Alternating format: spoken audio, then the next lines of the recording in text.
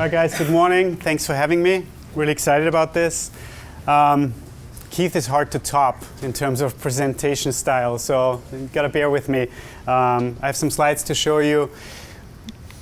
The topic was really interesting. I thought it was gonna go in a very different direction actually when Keith and I first talked about crossover, and I was like, yeah, I got this, and I know what to talk about. But what I'm trying to do is kind of tell you a little bit about my background and what I've done for the last couple of years.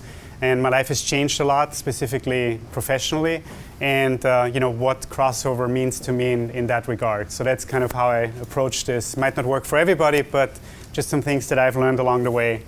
A little bit about my background. I'm definitely not from Boston, as you can tell.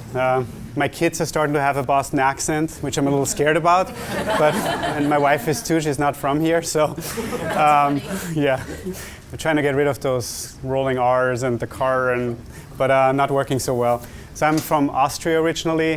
This was kind of my backyard. Grew up with very active parents and spent a lot of time in the mountains skiing. A small town in Austria, Salzburg. I don't know if anyone has been there, but that's kind of what it looked like where I spent my weekends. And got a degree in mechanical engineering from a university in Austria, a master's degree. And always thought I was going to end up as, a car engineer, car designer, or something like that, somewhere in Germany working for those companies. But ended up falling into a scholarship to go to Japan for 2 years, which was completely unplanned for. I'd never thought I was going to live in Japan. It was through the Austrian Chamber of Commerce. So they selected a couple of people every year to basically go to Japan, learn about the language for the first year. It was a really intensive program where that's all we did, which was a luxury to be able to do that. So I lived in the middle of Tokyo, studied in this small Japanese, very traditional language school with wooden benches and very strict teachers that didn't speak a word of English or German for that matter. But an awesome experience in terms of, just being taken out of your comfort zone and then really, starting over basically from a cultural perspective, but also in terms of friends and, just learning how to operate somewhere else. The plan was then to go back to Europe, but then I always wanted to do something in design, and I had my engineering degree, but I knew I needed an education in design. So I went to Pratt Institute on a Fulbright scholarship and got a master's there in industrial design. So that's how I ended up in the States. Thought I was going to be here for maybe 2 years and then go back home, and that was I think I graduated in '97. So I've been here a little bit longer than I thought, but it's working out well. I've had a lot of fun. I'm a U.S. citizen now, so it's my home. So that's where I am. But what I learned along the way was that, and that's whether you like Wiener Schnitzel or The Sound of Music or not, but that's what I was used to, and being taken out of that and then learning about a new culture was kind of the first crossover for me. The switch from Europe to Japan was probably more dramatic than going from Japan to the States. I think the States and Europe are a little bit more similar in that respect. But if you haven't lived somewhere else, I think the takeaway for me from this was if you ever have the opportunity to literally, pack up and go and try something new, that's probably been one of the most rewarding things for me personally. Again, like getting out there and experiencing new things. It's scary, but it's also really rewarding. So that was one lesson that I learned along the way. After that, ended up, from Pratt, I thought I was going to go into car design. I had a job offer from Audi in Germany. My dad was very happy about that. I would have been back home. It's an established, it's a job with a good title, and it's an established industry. But then a friend of mine who I worked out with a lot, we rode a lot of bikes together, he got a job at Reebok as a shoe designer. And he asked me to come up to Boston for an interview. Reebok is local here in Canton. I was in '98. And I was like shoe design. I had no, like I was a mechanical engineer, and shoes were not worthy of really my education or whatever you want to call it.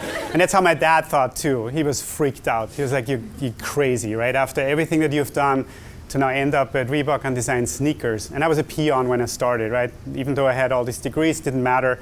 You start new, it was a new industry for me, I had to learn about it. But I absolutely loved it. I went up for the interview, there were 40 plus designers just hanging out, and they were passionate about athletics and running and everything else that I was passionate about, and the outdoors, and they happened to design cool gear at the same time. So ended up in that industry, that was in '98, and then spent a couple years at Reebok, went to And1 Basketball as a shoe designer as well, which was a startup at the time. Great experience there, and then spent 3 years at Puma here in Boston, where Puma was like really on the upward trend in terms of lifestyle, and people were just like buying Puma stuff like crazy everywhere in the world. So what that created internally was a really interesting dynamic for the design team, because you literally didn't need a brief. Like we had so much freedom in terms of creativity and what we wanted to do. It was almost scary. And here's a couple of things that I personally worked on. So what we're trying to do was, go out and look at different performance aspects. Like in this case, it was kayaking, whitewater kayaking, and take that functionality as an inspiration for lifestyle products. So there's a drainage system built into that shoe. If you sit in a kayak, the water drains out towards the back. So it's kind of an aqua shoe that took that as an inspiration, but people bought it mostly for lifestyle purposes. And that's kind of what Puma got known for at the time. And then something a little bit more technical. Puma, can you guys see, by the way? Just want to make sure I don't block you completely. Puma then also was in motorsports already, but wanted to get into MotoGP and motorcycle racing. And the way to do that was through an authentic, credible performance product. So we worked with an engineering firm in France who had a patent on some ankle protection device in case you crashed, so that you wouldn't, snap your ankle.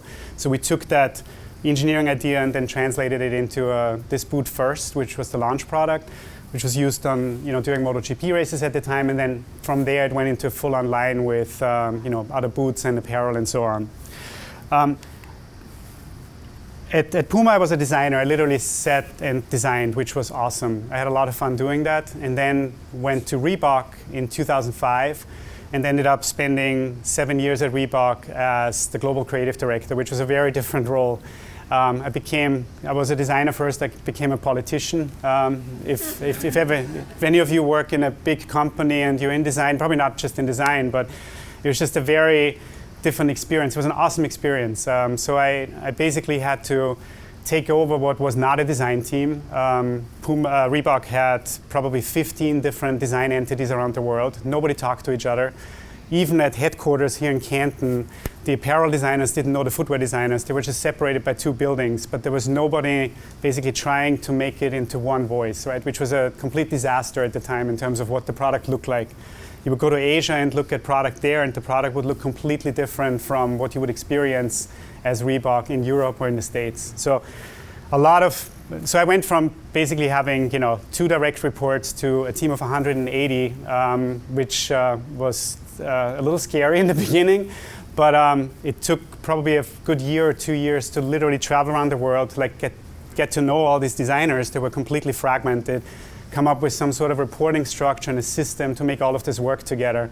I had no apparel design experience at the time. My background was footwear design, so I had to learn all about that. So long story short, it was an awesome experience. The first couple of years spent on bringing the team together and really making sense of it all and streamlining it. And then, from a product design perspective, putting like a Reebok stamp on each collection to make sure that the consumer had one experience. Now, whether that worked out perfectly or not is another question. As I said before, there's always politics and there's always a lot of different opinions. But it was a very rewarding 7 years there. Just 2 examples. The top 2 rows are, I don't know does anyone know about CrossFit here? How many people do CrossFit? You still healthy? Good. Same here. So there's a lot of, CrossFit. When people talk about CrossFit, a lot of people are scared and they don't want to try it because it looks crazy. But if you do it right, it's actually a really cool fitness movement. So what it is, real quick is functional fitness. It's trying to get away from all the machines that you have in the gym that are very limiting. It's not real life, and really make you move like you do during a normal life. You pick up your kids, you throw them up in the air.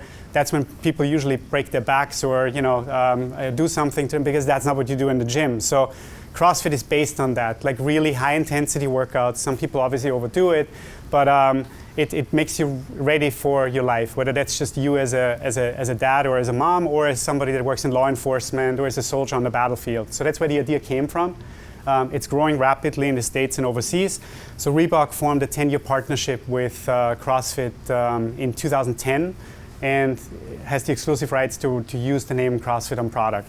So we started making really purposeful product for that kind of a workout, which includes running, Olympic weightlifting, gymnastics. So the product has to be really versatile. So that was the launch collection that we did in 2010 that I think came out in 2011. And then on the other end of the spectrum, which if you live in the States, you might not even have experienced that, but we did a really cool collaboration for a couple of years with Giorgio Armani, where we literally, spent a week, a month in Milan dealing with Mr. Armani. It wasn't bad. It was just I volunteered a lot to go on these trips. I had to manage the process and make sure that everybody played nice. Experienced a lot of, Italian kind of temper throughout these meetings. Like Mr. Armani was literally part of the meetings, and shoes were flying through the room, and a lot of swear words that I don't even know were expressed in Italian, but it ended up being a really cool experience. So we basically worked with the Armani team and the Reebok team, and we used Armani's fashion sense and upscale, materials and everything, and brought the Reebok kind of fitness knowledge to that. Very limited collection, but was sold at high-end Armani stores all around the world, and obviously at Reebok. So I was there for 7 years, and like I said before, it was a really cool job, and I learned a lot, but I always wanted to build something from ground zero, and not have any people that I had to work with in terms of getting it signed off. I wanted to make something, and so I kind of got that bug probably 2 years before I left, and I'm a really passionate surfer. So even though we live in Boston and it's very cold half of the year, but there is actually a really diehard surf community here and in other climates around the world that are similar. Whether that's Ireland, the Pacific Northwest. It's not the usual surf cliche. It's not the palm trees. It's not the sandy beaches and the sunshine. It's very different. We go out in the winter when it's literally 25 degrees out in the water. It's close to freezing. Wetsuits have gotten better. So it's kind of the subculture within surfing. And my idea was along the way, while I was still at Reebok, it would be awesome to do this as a side project and just start, making graphic tees and talking to these people locally first, and then maybe it turns into something. Good friend of mine that used to be the head of brand strategy at Reebok, we were at a family barbecue, and I mentioned the idea to him. Long story short, we kept on meeting for a year or so, once a month, to have an excuse to drink some beers and meet for breakfast before work. And all of a sudden, a couple of months into this, he said, listen, I'm going to write a business plan today, and I'm just going to send it to you before midnight. If you like what you see, let's do this. And we had no idea. We didn't know the surf industry. I had never started something. He was in venture capital, so he was experienced in startups. We're now business partners in everything that we do, Marcus Wilson. And so that's what we did. So, I went from the perceived security of having a really good job and obviously paycheck at a multi-billion-dollar brand to just going out there and just getting my hands dirty again, which felt awesome, but also very scary. So that was 2 years ago. So we pulled the trigger and both left our jobs. And the initial project that we worked on together was this. So Surfright is the name, a little hard to read probably for you in the back.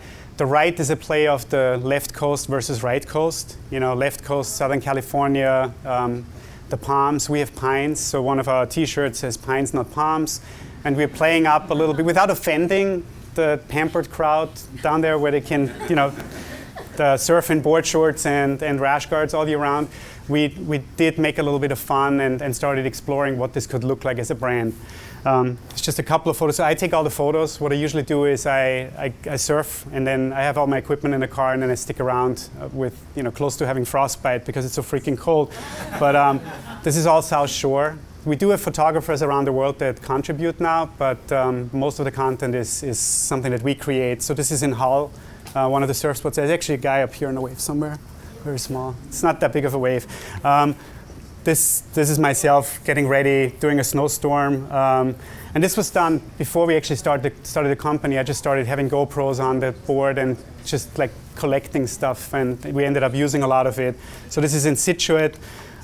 This is Hull again. That was last winter, and this was actually last weekend. Again in Scituate at Peggotty Beach. So there's waves. You just gotta know when they're here, and you gotta be ready to freeze a little bit. So, but the cool thing about this was, and what we didn't really think about when we started this. We literally had no clue. We had no connections in the surf industry. I had never built a website. I had done photography kind of in high school a little bit and had a dark room, but I completely lost it. So we had an iPhone, right, and GoPros, that was it. So we had to start buying cameras and video cameras and slow-mo cameras and learn everything about, creating content, working with good editors to kind of get this all wrapped up into compelling stuff for consumers. And along the way, we learned a lot. We learned a lot about, how to do all this stuff ourselves, which was painful. But what happened was we built this network of people that we could tap into to get certain things done. So it was a very lean operation, and we started making product. So I challenged myself. I was not a trained graphic designer, and still am not. But did all the design work myself, and basically for a year, I called it Project 365. I did a graphic tee every day. Probably 270 of them are absolutely horrible, and I would never want to show anyone. But there were, a couple of things that came out of it that kind of fit the tone of what we're talking about. A lot of these sold really well. Surprisingly enough, there's even mothers, that wrote us about that one and wanted that for their kids. So it actually worked out pretty well. So Surfright right now is a passion project. We have so many other things going on that I'm going to talk about. But this is, we're building a community. We're selling product, mostly direct. We have a bunch of surf shops. Actually, Todd's in the back here with the red shirt. We hired him last year to run Surfright for us. He was involved in another surf startup before, but he's now helping us also with a lot of other things that we have going on. So what I mentioned before was we built this network, right? And all of a sudden we had content and we had product. So we didn't really want to be an agency or a consultancy, but people came to us. And to this day, we haven't had a day where we actually sat down and did business development for the agency. All the clients kind of that we have now and that we work with were recommended to friends and saw something that we did, and all of a sudden we had another project, which is awesome. But also, I think we need to spend some time really directing what we want to do and who we want to be. So we started doing this agency, and it's a really interesting hybrid model. So we basically, a lot of people are always confused about this when we try to explain what we do. But we have an agency that helps clients, whether those are multi-billion-dollar brands or startups. We have a very lean model, we're very flexible. And at the same time, we launch our own brands. And it kind of started with the brand, it became an agency, and now we just launched another brand a couple of months ago that I'll mention. So this is kind of the spirit behind the agency. You guys can't read that at all, but in essence, we're very active people. So whether that means we like traveling or sports in general. So we're trying to find clients in that space. We're really happy when we're outdoors, when we're running around like idiots on the mountain with cameras strapped to ourselves, and then creating compelling content or product design or a website that talks to those consumers. So that's kind of the space that we're getting into, and you see that with Surfright, right? There's definitely a certain boldness to that, and that we're bringing that over into the agency side. I can honestly say that none of us have big egos, and that's really important for us when we hire. It doesn't matter who comes on board. We had one rule that didn't put on here, but we're going to put it in our office. We don't work with assholes, and it's easier said than done, right? But whether that's internal or clients, I think that is, and we've had some experiences along the way that made us come to that statement. That's really important because it makes everybody happier and makes work better. So that's kind of what we do. Here's some things that we're trying to focus on more. We probably could do more, but we're really focusing on brand building and helping brands kind of find who they are and showing that. Content creation, which I come from product design, but if you gave me one thing to choose right now, I'd love to just run around with a camera all day long. It became a passion over the last couple of years. And obviously design. So that's my background. We have a lot of people in our network, whether that's product design, packaging, graphic design. So that's part of it too.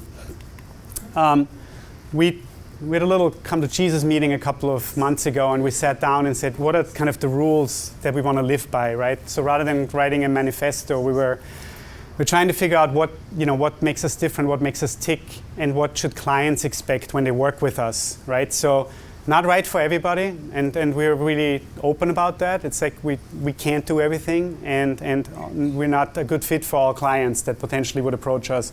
But one that stands out to me that I really believe in, that's where Brainstorm, Gutstorm, and Heartstorm came from.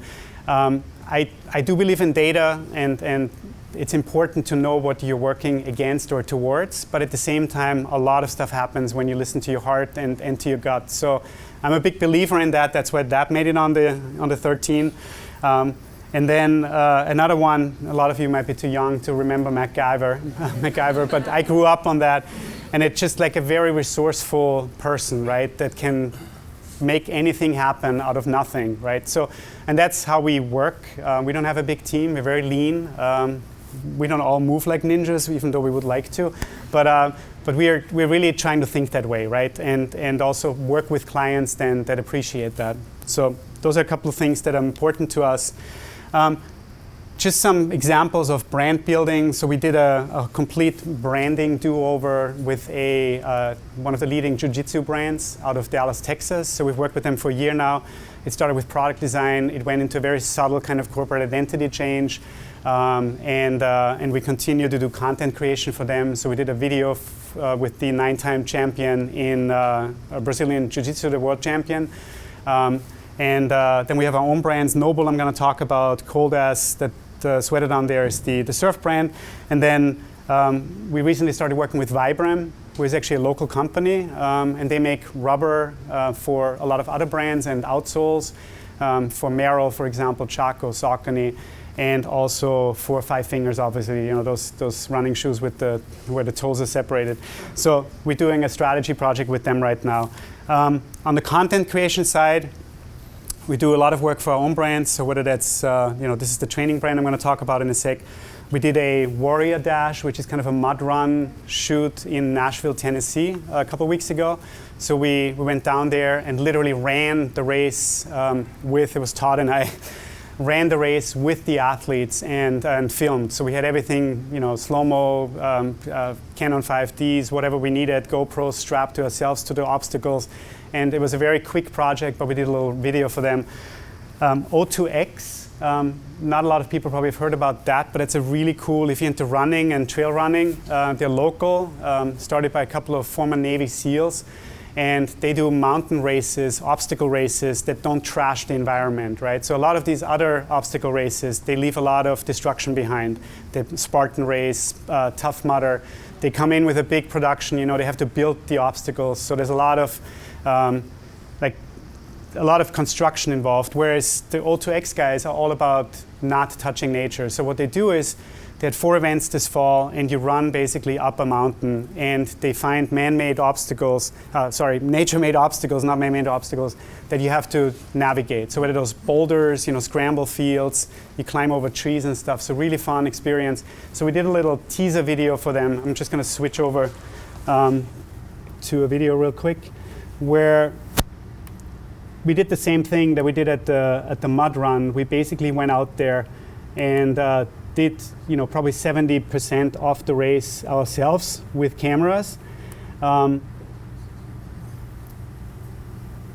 then did a little brand video for them that they now have on their website.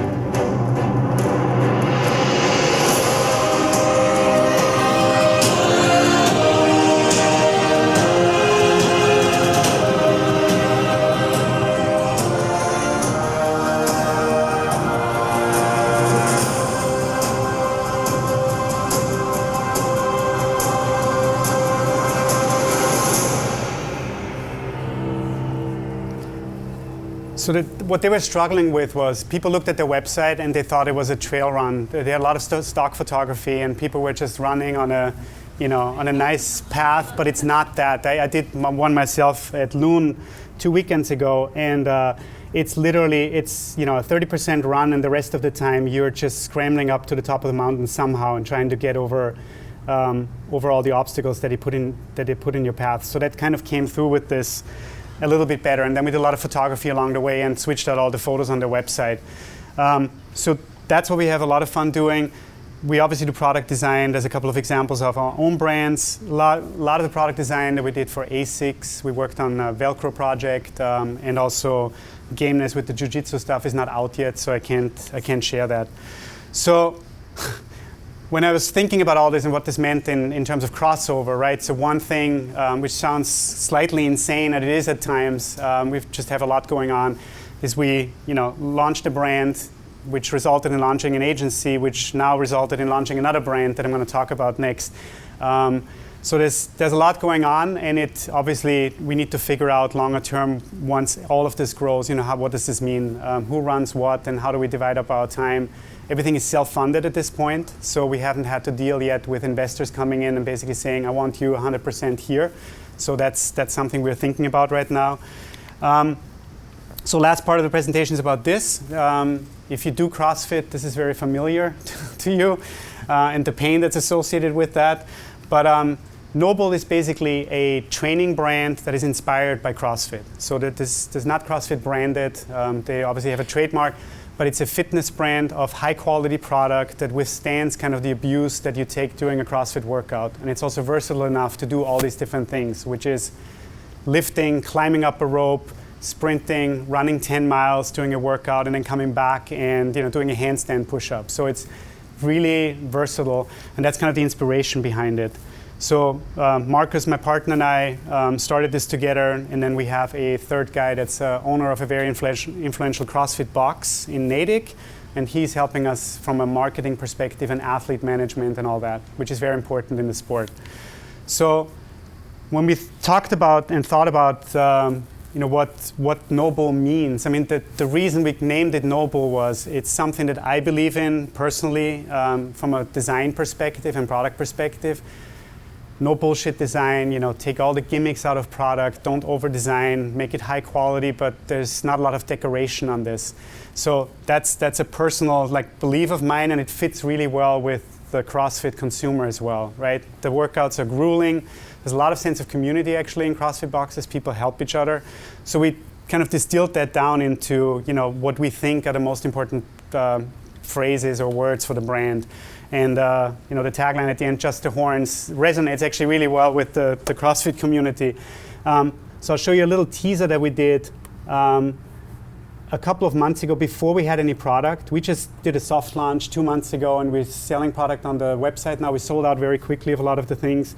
And we have more product coming that I'll talk about in a sec. But this was basically done without our product, and we just wanted to kind of get the energy behind what Noble is about, get that captured, and start talking about it on social media.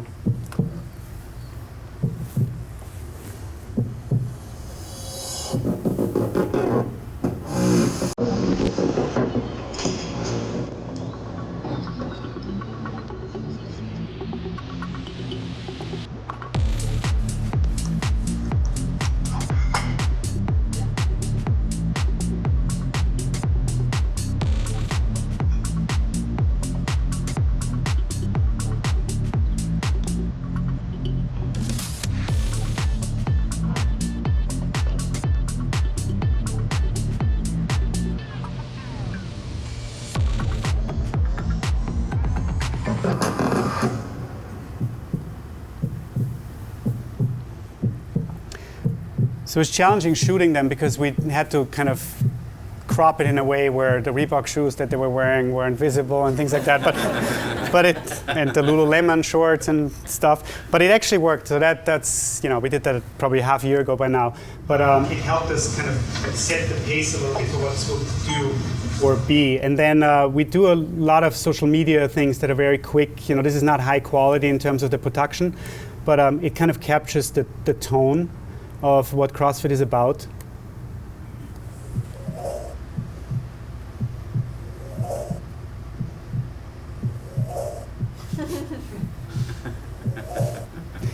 So right? I mean, we were making fun a little bit of everybody trying to figure out, how do I get better at stuff, and what I need to do to become a better athlete. And I mean, there's no secret, right? The secret is get your ass off the couch and actually do it, and that's how you're gonna get better. So we have a whole series. So I'm just doing these every couple of days or so when I have some downtime. We take one of the movements that are kind of synonymous with CrossFit and distill them down and break them down so that people understand how to get better. But the message is there's no secret. You just do it.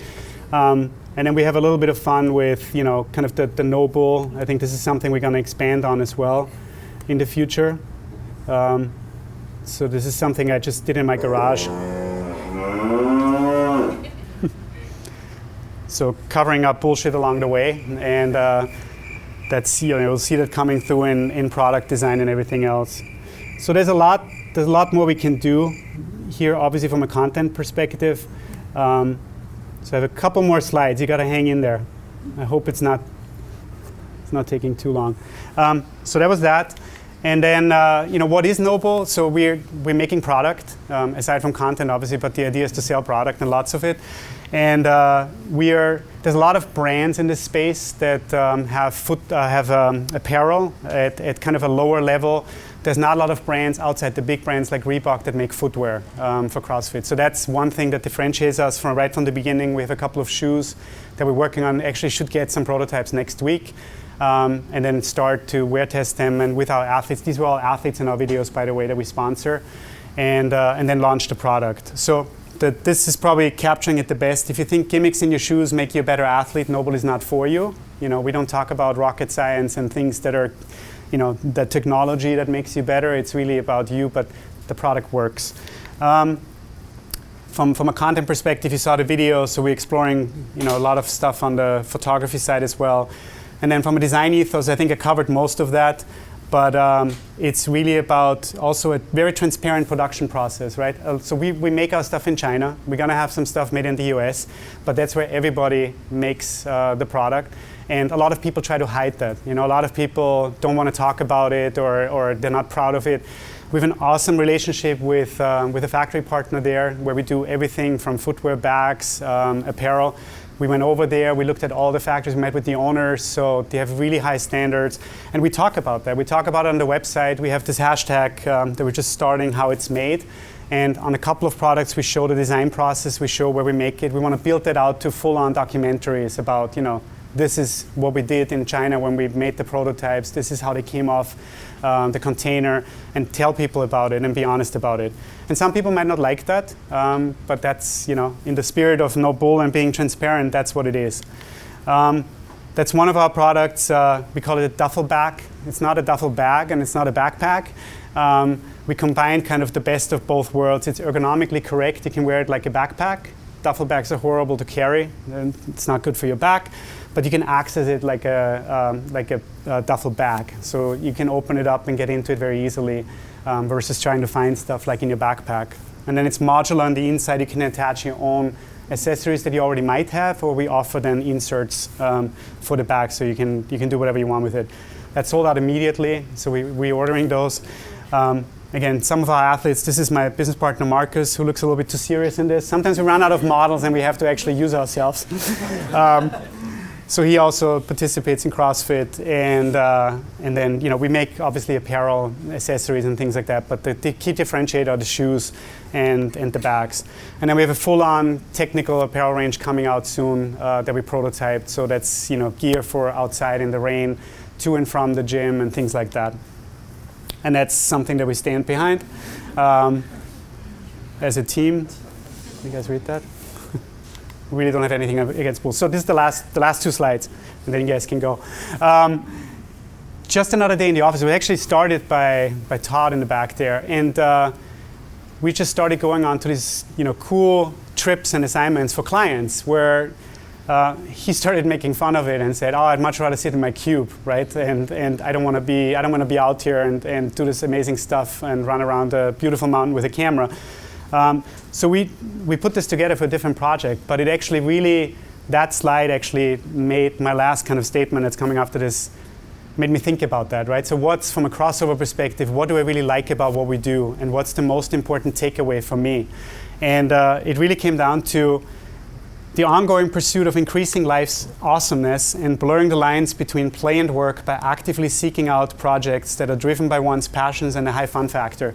Now, this doesn't sound very deep, and it's probably, you read this and you say, duh, obviously I want to work on something that I like, but it takes a lot of work to actually make that happen, because you need to make decisions throughout your whole life, right? So whether you're a student and you're going to take a job, you can take a job that pays well that you're not passionate about, right?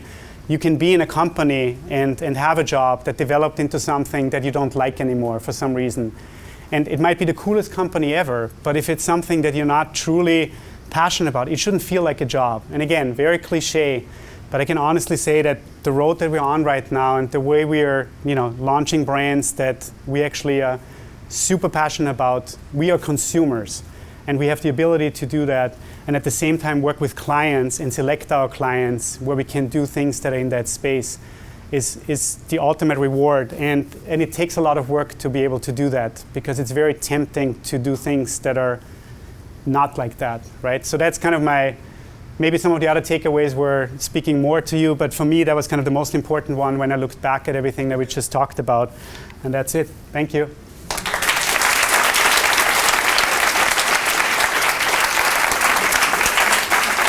It's a little long. Now, if I could, we'll go over. All right, so. Sorry. No, it was great. So we have some time for Q&A if you want to. If you've got to run, don't feel bad. Go ahead and, get back to your shitty day jobs or whatever it is. But yeah, if you have a question, feel free to raise your hand, and we'll let this man take it away. First, thank you. That was awesome. Thanks. Appreciate it. I apologize if I don't verbalize this correctly, but listening to your presentation, I see a lot of apparel of various levels. Yep.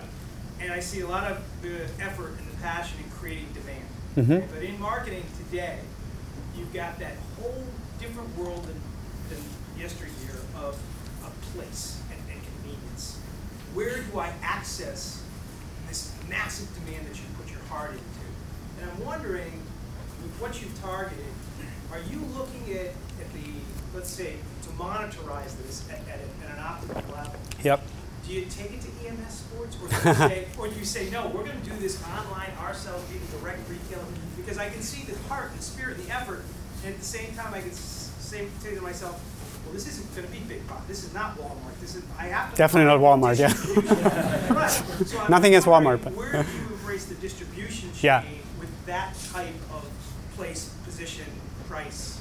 Very, very good question. Thank you. And we've obviously thought about that a lot. So CrossFit is a pretty new kind of sport, right? So you find some CrossFit product now at a Dick's Sporting Goods. They have their own line. City Sports sells a Reebok product, but it's not presented really well. The CrossFit consumer is, first of all, they have money. They spend $200 to $300 a month on memberships, depending on where you are. I mean, it's crazy to be basically tortured on a daily basis. So they buy usually, graphic tees and things like that through their box, but it's very online driven. So a lot of direct sales. The consumer's used to that. They're used to buying online. That's the only way they got their product before. But having said that, though, that's changing, right? Now, whether that's an EMS, an REI, which absolutely would work, or a Paragon Sports in New York, for example, those are definitely kind of the accounts that we would want to talk to, and also have connections with. Interesting enough, we have a lot of requests from Europe and from overseas in general for product placement.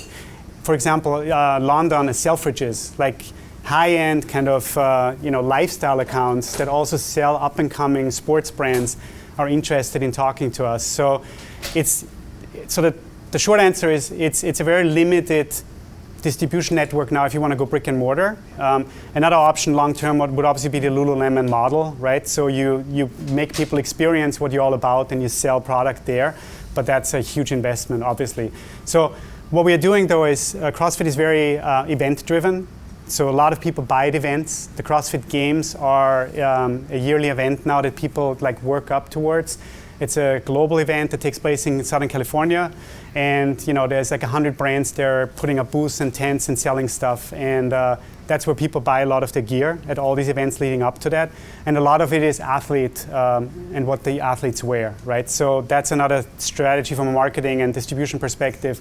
Literally sponsor a lot of athletes, give them great product, they'll talk about it, people see them and they want to wear the stuff and they buy it online. So that's kind of year one.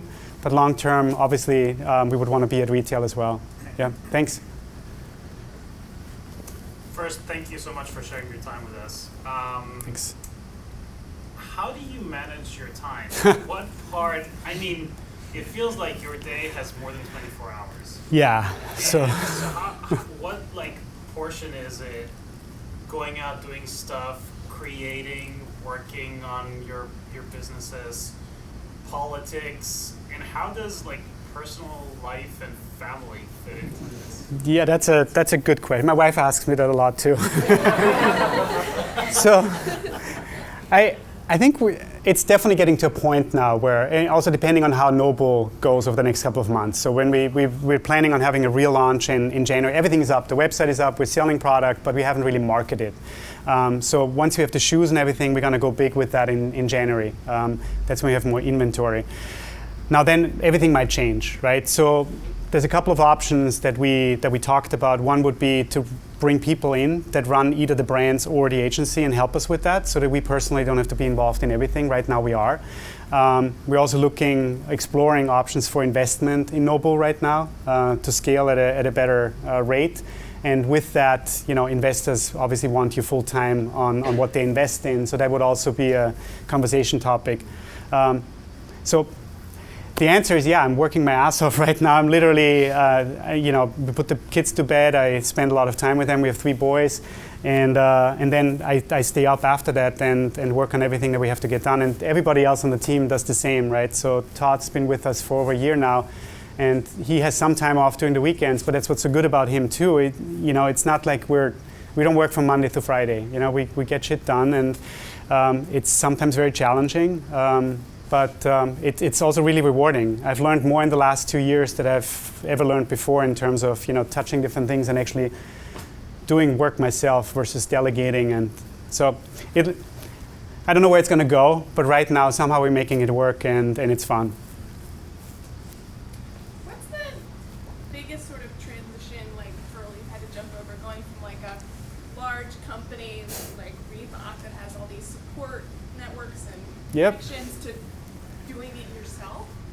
What's the scariest part about that was, and I told Marcus that, nobody told me what to do. And it was scary. I wasn't used to that anymore because I was so used, even though I was on paper, global creative director for a brand like Reebok, you think you can make all the decisions and, you're like, this design and this looks good. But it's not your brand, I'm not Giorgio Armani. I didn't build Reebok. So you're part of a big organization. And a lot of people have an opinion, including the CMO and the CEO. And Reebok was acquired by Adidas, so we presented to the Adidas board on a monthly basis. So a lot of people with opinions. And all of a sudden I was sitting at home and we're putting money behind our own product, but nobody told me what to do or not to do, right? There were no opinions outside of Marcus and I for the first year. And that was really scary. And but now, it didn't take that long to to appreciate that freedom again. But I think the other thing with it was we had to learn a lot of things ourselves, and I kind of talked about that with Surfright, right? I knew photography, but not at the level that we're doing it now. I knew nothing about film or video. We're not experts in it, but we work with really good people, and we're kind of learning all these things along the way, and it's really rewarding because it makes us better, and it makes us realize what's doable and what's not doable. So it's good. So these are a lot of your very successful ideas. Yeah. And I'm wondering, A, what some of the failures were, and B, how long you give each idea. How much time you give that before you say, okay. Yeah. onto this? That's actually, that's a good question. So failures in terms of professional life, and that's not necessarily only my personal failure, but I think Reebok has had really challenging times. Reebok is an awesome brand. You know, it's been around forever. Got acquired by Adidas in 2005. I think Reebok had, and still not so much now with CrossFit, but before had attention deficit disorder, right? So every season there was another, if you know Reebok, there's always another marketing campaign. It always changed.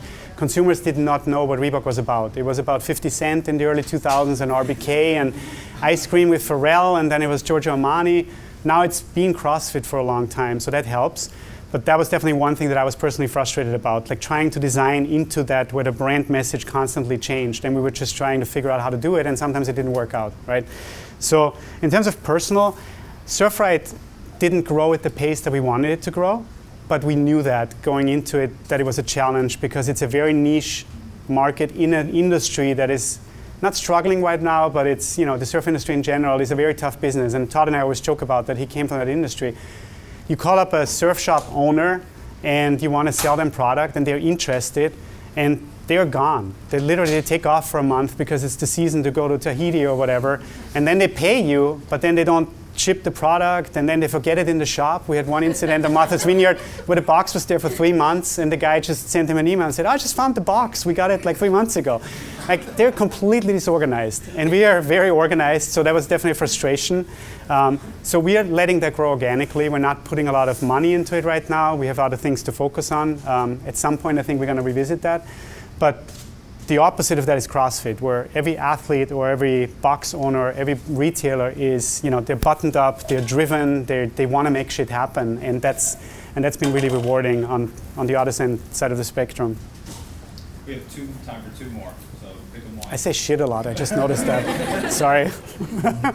Go ahead. It seems like a lot of designers nowadays have side projects. Where do you make that decision when a side project could become a business or a company? Huh. And when is it okay to kind of let a side project go even though it has a fan base? Those are both really good questions. So the first one, I knew I wanted to start something for a long time. I just didn't know what to start. So the way my side project became enough of a trigger to actually leave my job behind was when I truly felt that, you know, the passion and the desire to make this happen and saw kind of the niche in the market where I was like, this could actually work out, right? And then finding partners or a partner at the time that from a skill set perspective, personality perspective, we kind of connected really well. We've been friends, so there was a really good relationship to start with. And I think it's not about you as an individual, it's about who you work with and how everything comes together. And I think that made all the difference, right? When Marcus said, let's do this, and we both kind of committed to that, I think that was one of the triggers. When to let the side project go, you know, it's a Surfright thing that I just brought up, it's taking resources, it's taking time. I create content, I post social media every day myself, but I love doing it, right? So whether at some point we need to let that go or do an exit and have somebody acquire it, I'm not sure what might happen down the road, but for now it's fun and we're planning on continuing it. That might come at some point, but it might not. It might actually, you know, get revitalized and grow faster. So we're scheming, Todd and I. You said when you started at Reebok that the creative teams were not talking to each other. Yes. Do you have any examples or tips on how to get teams that aren't necessarily communicating well to start communicating and sharing? So we tried to play nice in the beginning, but so that the problem wasn't so much that the designers not wanting to talk to the designers. The problem was that each business unit or market believed that they owned the design team, right? So I literally had to go to the general managers of markets. Like I would spend a week in Korea just talking to the guy that's always had his designers, right? And because a certain retailer wanted product that looked like this, he would tell the designers, do this. So it was not talking to the designers, were dying for that. They wanted to be part of a bigger team. They wanted to do this. It was the roadblocks that were in between the designers connecting And that was very tempting for the markets. I understood why they were doing it, right? They had ultimate freedom. They were like, my Reebok in Korea looks like this, and I don't care what the other Reebok looks like. So it was really managing the leaders in each of these markets to kind of trust us to give up also the reporting structure. Like literally, we moved the budgets over. We came in. It took us a while, but we were grabbing everything and a lot of fights over that stuff, and back and forth. The CEO supported it, so that's what made it happen ultimately. But there was not a lack of interest from the design perspective. It was more the culture of the organization.